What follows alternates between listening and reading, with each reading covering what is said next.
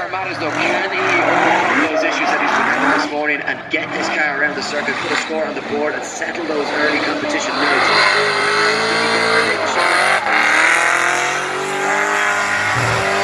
Car across the line and he will put a score on the board. Looks to get back on the power. And can he finish this one in style? No, and he's off and he's into the close title. and personal with the tyres.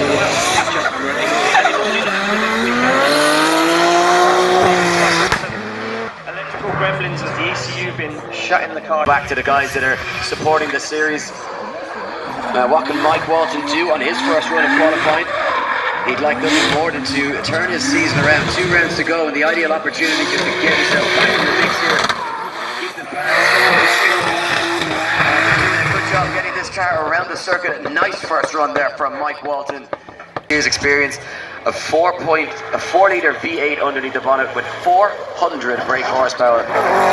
This 1987 Laurel is about as old as I am, and Peter Hayden managing to keep the retro look alive, taking it nice and quiet, collecting those. Starting to see a really strong standard here as we creep up the order, of course. Initiation. 1UZ turbo under the bonnet, 500 horsepower. Scott Carnage pops the wheel up onto the curb, a little bit scrappy through that transition. Gets back into it now, starting to get the car settled.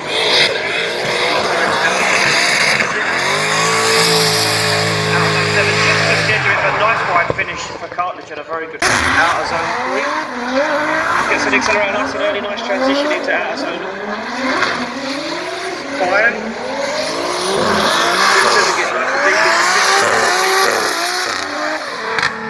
And Elmore straightens before the line. It will be a huge deduction on his Everly Garage Marshall motorcycles. Another 2JZ, 500 horsepower. Callum Marshall gets on it nice and early, nice transition to out zone. This guy is a very good driver and proved himself at the last round. Dribble out a little bit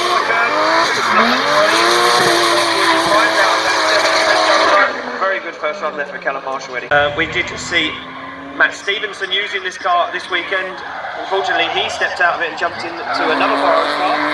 So Team Star Motorsport not having the best weekend at the moment, but Adam Simmons not doing a bad job at the moment, and he will be praying for a little bit of rain now.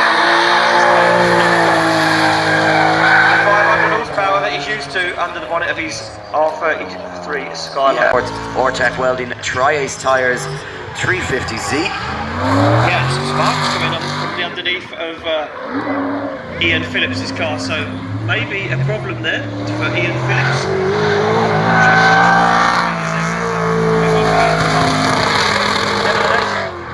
Decent run in the bag so far for Ian Phillips.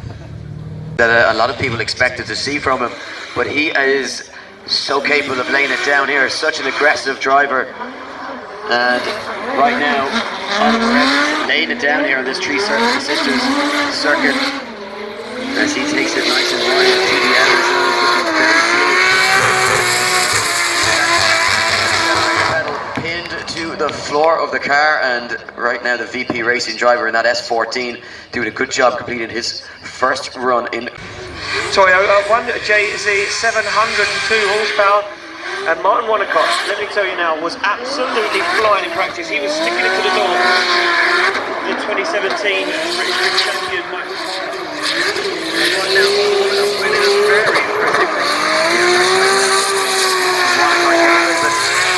Up close and personal with the curbs, but all the same, a very good line. A white BMW one way or another. Yeah, one way or another, Mike Marshall always ends up in a white BMW. This one, though, powered by an N54, not the 318 4-cylinder that's labelled and booted anymore. Mike Marshall, nice transition into Luna Bend, gets on the accelerator nice and early. You can see the forward quite good stop. And 6 and 7, and a nice tidy run there for Mike Marshall.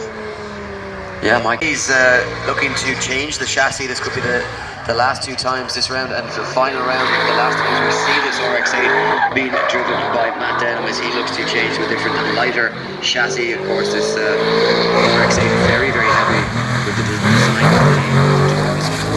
Just getting a little bit wrong towards the end, dropping wheels off circuit and losing that rear bumper, Ian. But certainly Matt Denham not having the greatest season this year, and we would certainly like to see him improve and get on a... Guys, even a competition that isn't, let's say, as serious as the Pro Class here. Championship detail that these guys went to just for Kevin Quinn right now sets his attention on qualifying in the British Championship.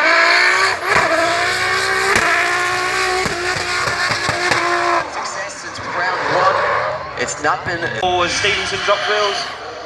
Stevenson in an unfamiliar chassis, so going to be taking him a while to get used to it. All he needs to do right now, though, is find himself a place in top 24 as he gets that car settled up for the on 7 and takes it across the line. Look, you can see every time that Matt gets into that car and the V8, 760 horsepower. And if you've never seen Aaron Pascalis before, well, let me tell you something about this guy. He is a record.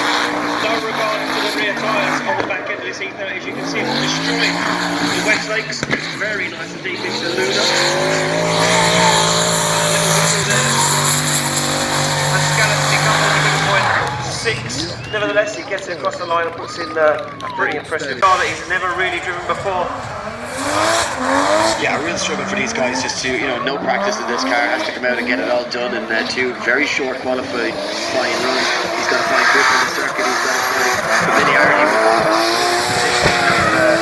with the gear stick, the positioning of the hydraulic handbrake. There's a lot going on here, but it's been sold and it's been sent to new owners at the end of the season. Jason looking to finish his ownership of this car on a high here. What can he do? Sits 4th in the championship with a little bit of a wobble there for me. Jason just not the usual form. And Paul Smith has an interest in it. 1JZ underneath the bonnet, producing 650 brake horsepower in this GT86. And Paul Smith searching for another podium this weekend here. Those clipping points as he goes. A very steady driver, a great line driver, and really one to watch here this weekend. Paul Smith doing a very good job there. Very, very cool, calm and collected. Didn't seem like a safe run. Looked like he held back ever so slightly on that first run, but nevertheless sitting 3rd in the championship, like you say. And this guy, you know what, if he had a good round, could potentially contend for the championship. Wayne McKeever, we are about to find out if he can top qualifying first of all. Oh, and a little stall up there ever so slightly for Martin Richards, and he struggled to get into it after the transition was a little bit. Stands on this. As he takes it over the line. Yeah, just didn't look comfortable coming through clip 3 and later. Was what I was going to say, Eddie, but I was just looking at the back of his car because it did look like something was snapped off, but it was fine. As he came off the line, Dwayne McKeever already making clouds as he stands on the accelerator. Oh! And Dwayne McKeever's car breaks down. What did I say? It didn't look right as it came off the line, and you called it in, and in a car that has been mechanically sound all season long. 7 wins in a row. 7.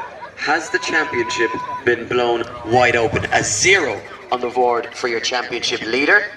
And also, worth noting that he has started in his car. He cannot swap into another car. Could this be the end of Dwayne McKeever? Look, the only thing that Dwayne McKeever really has going for him at the moment is he will be the last car to run after we've seen all the rest of our cars run. So he will have quite a bit of time to get his car fixed. But right now, we are going to go down to my good friend and now your good friend, Nathan, in the pits with Martin Richards. Nathan! Yeah, doesn't sound right. Can he keep it? He's certainly going and it doesn't sound too good. Right now, can he put a qualifying run in? Oh, he hops the curb.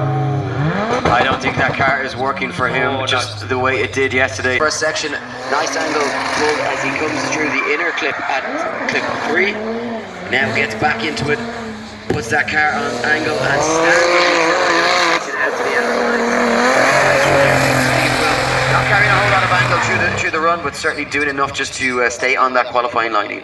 Absolutely unbelievable. You can see this car when we put all the cars on the circuit. Have a good look around it. Have a chat with Darren McNamara.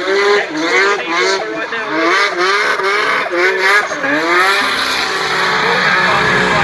Darren McNamara, ladies and gentlemen, getting to grips with that brand new build. Yeah, and let's not. Transitions through that front clip. Ever such a little slow on the handbrake as he flies into Luna now. With a 35.6.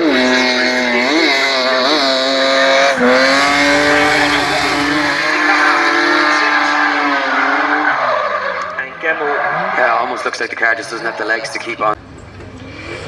And just as you say, Ian, yeah, as looked as though he was about to over-rotate, but manages to keep that car on the circuit, on angle, puts the foot down and gets himself out of trouble. Now stands on the accelerator as he goes nice with the clouds out this tree. And gets it across the line. A sketchy run from Christian Christensen. I'm not sure if that one is going to be enough to get him through. A big error just at the start.